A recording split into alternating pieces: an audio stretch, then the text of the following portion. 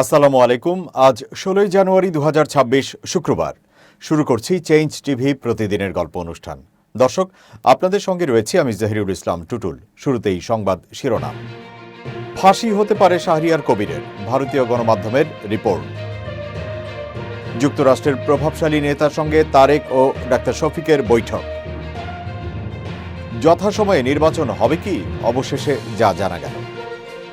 এবার বিস্তারিত। ঘাদানিকের প্রতিষ্ঠাতা শাহরিয়ার কবিরের ফাঁসি হতে পারে বলে জানিয়েছে ভারতীয় গণমাধ্যম এই সময়ে। এই নিয়ে পত্রিকাটির করা প্রতিবেদন হুবহু তুলে ধরা হলো।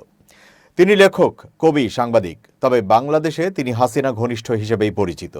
২০২৪-এর জুলাই আন্দোলনের পরেই আওয়ামী লীগ সরকারের ঘনিষ্ঠ হিসেবে পরিচিত লেখক, গবেষক ও মানবাধিকার কর্মী শাহরিয়ার কবিরকে আটক করে বাংলাদেশ পুলিশ। তারপরে ১ বছরের বেশি কেটে গিয়েছে, এখনও মুক্তি পাননি তিনি। এই ঘটনাকে মৌলিক নাগরিকত্ব ও রাজনৈতিক অধিকার লঙ্ঘন হিসেবে দেখছে গণহত্যা প্রতিরোধ ও মানবাধিকার সংস্থা ল্যামকিন। ৭৫ বছর বয়সী লেখককে অবিলম্বে মুক্তির দাবি জানিয়েছে বেলারুশের ল্যামকিন ইনস্টিটিউট। ৭১-এর মানবতা বিরোধী অপরাধের বিচারের জন্য গঠিত আন্তর্জাতিক অপরাধ ট্রাইব্যুনালে মুক্তিযুদ্ধ গবেষক শাহরিয়ার কবিরের বিরুদ্ধে মানবতা বিরোধী অপরাধ ও গণহত্যার অভিযোগ আনা হয়েছে। ২০১৩ সালের ৫ মে ঢাকায় হেফাজতে ইসলামের একটি কর্মসূচিতে পুলিশের অভিযানে একাধিক প্রাণহানির ঘটনা ঘটে। সেই মামলাতেই জড়ানো হয়েছে তাকে। তবে শাহরিয়ার কবির ওই সময় বাংলাদেশ সরকারের কোনো পদে ছিলেন না। একই সঙ্গে হেফাজতে ইসলামের কর্মসূচিতে আইনশৃঙ্খলা বাহিনীর অভিযানে তার কোনো ভূমিকাও ছিল না বলে দাবি করা হয়। এই মামলায় ক্ষমতাচ্যুত প্রধানমন্ত্রী শেখ হাসিনা সহ আরও কয়েকজনের নামও রয়েছে। এদিকে আন্তর্জাতিক মানবাধিকার সংস্থা ল্যামকিনের বিবৃতিতে আরও বলা হয়েছে, ২০২৪ সালের আগস্টের পর থেকে অন্তর্বর্তী সরকার ও দেশের আদালতগুলোর আচরণ দেখে মনে হয় বাংলাদেশে তিনি ন্যায় বিচার নাও পেতে পারেন। শুধু তাই নয়, তাকে মৃত্যুদণ্ড দেওয়া হতে পারে বলেও আশঙ্কা ল্যামকিনের। তবে আন্তর্জাতিক অপরাধ ট্রাইব্যুনাল বলছে, স্বচ্ছতার সঙ্গে বিচার কাজ হচ্ছে। শাহরিয়ার কবিরের বিরুদ্ধে গণহত্যার সুস্পষ্ট প্রমাণ পাওয়া গেছে। ধারণা করা হচ্ছে, অপরাধ প্রমাণিত হলে সব বিচারিক প্রক্রিয়া শেষে আগামী মাসেই ফাঁসিতে ঝুলিয়ে তার মৃত্যুদণ্ড কার্যকর করা হবে। ট্রাম্প প্রশাসনের শীর্ষ এক কর্মকর্তার সঙ্গে বিএনপি চেয়ারম্যান তারেক রহমানের গুরুত্বপূর্ণ টেলি বৈঠক অনুষ্ঠিত হয়েছে। শুক্রবার সকাল ৯টায় এই টেলি বৈঠকটি অনুষ্ঠিত হয়। শীর্ষ এই কর্মকর্তা হলেন US trade representative Jamieson Greer. আধা ঘন্টার এই বৈঠকের শুরুটা ছিল অনেকটা নাটকীয়। ট্রেড নেগোসিয়েশনের নানা বিষয়ে আলোচনায় উঠে আসে। মিস্টার গ্রিয়ার জানতে চান, এই ট্রেড নেগোসিয়েশনে তারেক রহমানের অবস্থান কি, বিশেষ করে বাংলাদেশ সরকারের তরফে যে আলোচনা হয়েছে তা নিয়ে তার মনোভাব কি। তারেক রহমান স্পষ্ট করে বলেন, সরকার যে নেগোসিয়েশন করেছে তাতে আমাদের সম্মতি রয়েছে। সরকার যেভাবে আলোচনা এগিয়ে নিয়েছে তাতে আমাদের কোনো দ্বিমত বা আপত্তি নেই। বিএনপি চেয়ারম্যানের পররাষ্ট্র বিষয়ক উপদেষ্টা হুমায়ুন কবির এই টেলি বৈঠকের খবর নিশ্চিত করেছেন। তবে তিনি বিস্তারিত বলতে রাজি হননি। ওয়াকিবহাল কূটনীতিকরা বলছেন, বৈঠকটির বিশেষ তাৎপর্য রয়েছে। বলে রাখা ভালো, এই মুহূর্তে তারেক রহমানের সরকারি কোনো অবস্থান নেই, তাই বৈঠকটি বিশেষ গুরুত্বের দাবি রাখে। বৈঠকে আরও উপস্থিত ছিলেন দক্ষিণ ও মধ্য এশীয় বিষয়ক ইউএস বাণিজ্য সহকারী ব্রেন্ডা লিঞ্চ, দক্ষিণ ও মধ্য এশিয়া বিষয়ক পরিচালক এমিলি অ্যাশবি, উপসহকারী বাণিজ্য প্রতিনিধি রিক সুইৎজার, ইউএসটিআর এর চিফ অব স্টাফ স্যাম মুলোপুলোস, উপ ইউএসটিআর সিনিয়র বাণিজ্য নীতি বিষয়ক উপদেষ্টা ডিআর সেকিঞ্জার। যুক্তরাষ্ট্রের বাণিজ্য প্রতিনিধি জেমিসন গ্রিয়ারের সঙ্গে জামায়াতে ইসলামীর আমির ডাক্তার শফিকুর রহমানের সঙ্গে ভার্চুয়ালি বৈঠক অনুষ্ঠিত হয়েছে। শুক্রবার দুপুরে জামায়াতের ভেরিফাইড ফেসবুক পেজের এক পোস্টে বিষয়টি জানানো হয়েছে। বৈঠকে বাংলাদেশ ও যুক্তরাষ্ট্রের দ্বিপাক্ষিক বাণিজ্য, পারস্পরিক শুল্ক হার এবং ভবিষ্যৎ অর্থনৈতিক সহযোগিতা নিয়ে বিস্তারিত আলোচনা হয়। পোস্টে বলা হয়, বাংলাদেশ জামায়াতে ইসলামীর আমির ডাক্তার শফিকুর রহমান যুক্তরাষ্ট্রের বাণিজ্য প্রতিনিধি ইউএস ট্রেড রিপ্রেজেন্টেটিভ রাষ্ট্রদূত জেমিসন গ্রিয়ারের সঙ্গে এক ভার্চুয়াল বৈঠকে মিলিত হন। বৈঠকে আরও উপস্থিত ছিলেন দক্ষিণ ও মধ্য এশিয়া বিষয়ক সহকারী মার্কিন বাণিজ্য প্রতিনিধি ব্রেন্ডন লিঞ্চ, দক্ষিণ ও মধ্য এশিয়া বিষয়ক পরিচালক এমিলি অ্যাশবি এবং বাংলাদেশ জামায়াত ইসলামীর যুক্তরাষ্ট্র মুখপাত্র প্রফেসর ডক্টর মোহাম্মদ নাকিবুর রহমান। এতে আরও বলা হয়, বৈঠকের শুরুতে ডাক্তার শফিকুর রহমান এই উদ্যোগী কলের জন্য রাষ্ট্রদূত গ্রিয়ারকে ধন্যবাদ জানান এবং পারস্পরিক শুল্ক হার সংক্রান্ত আলোচনায় বাংলাদেশের প্রতি তার সহযোগিতার জন্য কৃতজ্ঞতা প্রকাশ করেন। তিনি বলেন, রাষ্ট্রদূত গ্রিয়ার তাকে অবহিত করেছেন যে গত সপ্তাহে তিনি ব্যক্তিগত উদ্যোগে প্রেসিডেন্ট ডোনাল্ড ট্রাম্পের সঙ্গে সাক্ষাৎ করে বাংলাদেশের পারস্পরিক শুল্ক হার হ্রাসের বিষয়ে আলোচনা করেছেন। এই বিশেষ উদ্যোগের জন্য ডাক্তার শফিকুর রহমান রাষ্ট্রদূত গ্রিয়ারকে আন্তরিক ধন্যবাদ জানান। ডাক্তার শফিকুর রহমান আরও ধন্যবাদ জানান যুক্তরাষ্ট্রের 100% তুলা অথবা যুক্তরাষ্ট্রের উৎপাদিত ম্যানমেড ফাইবার ব্যবহার করে তৈরি পোশাকের ক্ষেত্রে বাংলাদেশকে বিশেষ শুল্ক সুবিধা দেওয়ার উদ্যোগের জন্য। তিনি এই প্রস্তাবকে উভয় দেশের জন্য একটি উইন উইন ফর্মুলা হিসেবে আখ্যায়িত করেন, যা একদিকে বাংলাদেশের পোশাক রপ্তানি বৃদ্ধি করবে এবং অন্যদিকে যুক্তরাষ্ট্রের কৃষি ও শিল্প খাতকে উপকৃত করবে। ডাক্তার শফিকুর রহমান বলেন, পারস্পরিক শুল্ক চুক্তি বাংলাদেশ ও যুক্তরাষ্ট্রের দ্বিপাক্ষিক বাণিজ্য ও অর্থনৈতিক সম্পর্ক উন্নয়নের জন্য একটি অত্যন্ত দৃঢ় ও শক্তিশালী ভিত্তি তৈরি করেছে। তিনি উল্লেখ করেন, বাংলাদেশ ইতোমধ্যেই এই চুক্তির গুরুত্বপূর্ণ বিষয়গুলো বাস্তবায়ন করছে এবং দুই দেশের মধ্যে বাণিজ্য ঘাটতি কমাতে বিশেষ পদক্ষেপ গ্রহণ করছে।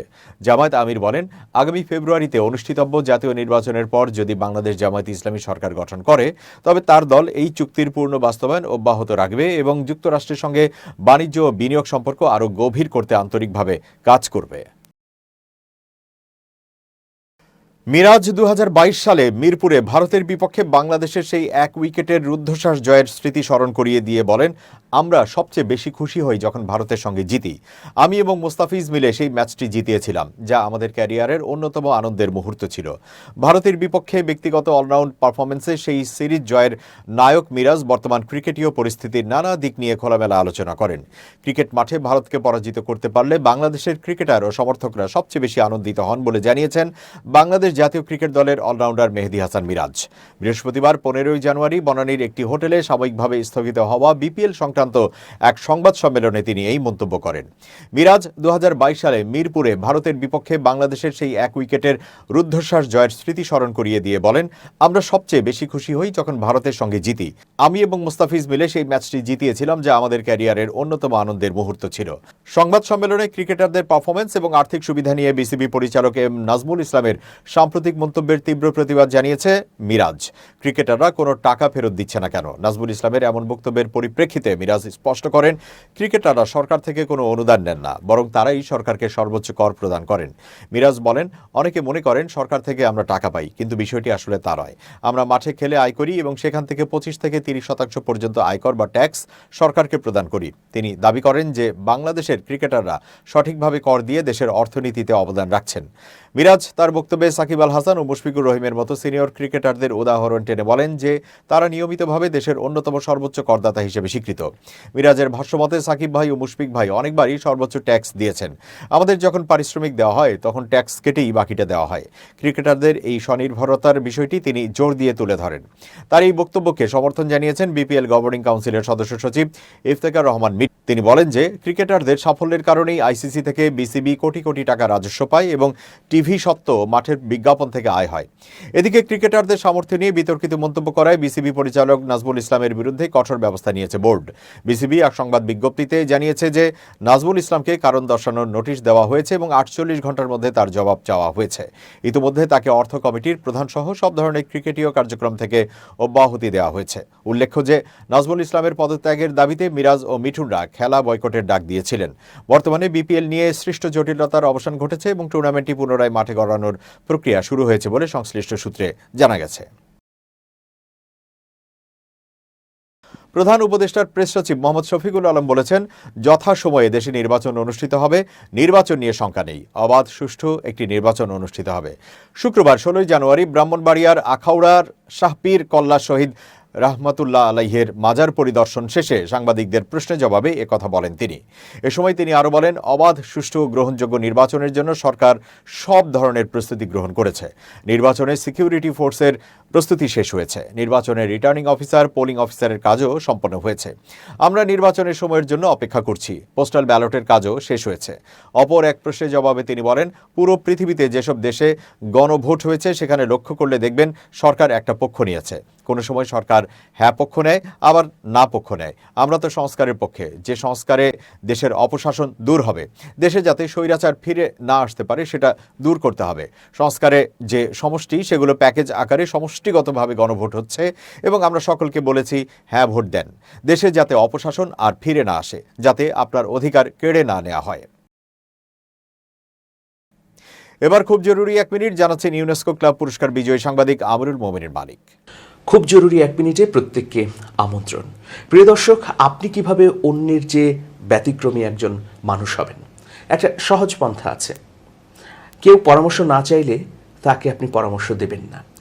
কারোর মধ্যে কোনো ভুল দেখলে আপনি তাকে না বলে নিজের দিকে তাকাবেন। যদি মনে হয় ওই ভুলটি আমার মধ্যেও আছে, তাহলে আপনি অন্যকে কেন পরামর্শ দিতে চাবেন? সবাই অন্যের ভুলটা দেখে, নিজের ভুলটা দেখে না।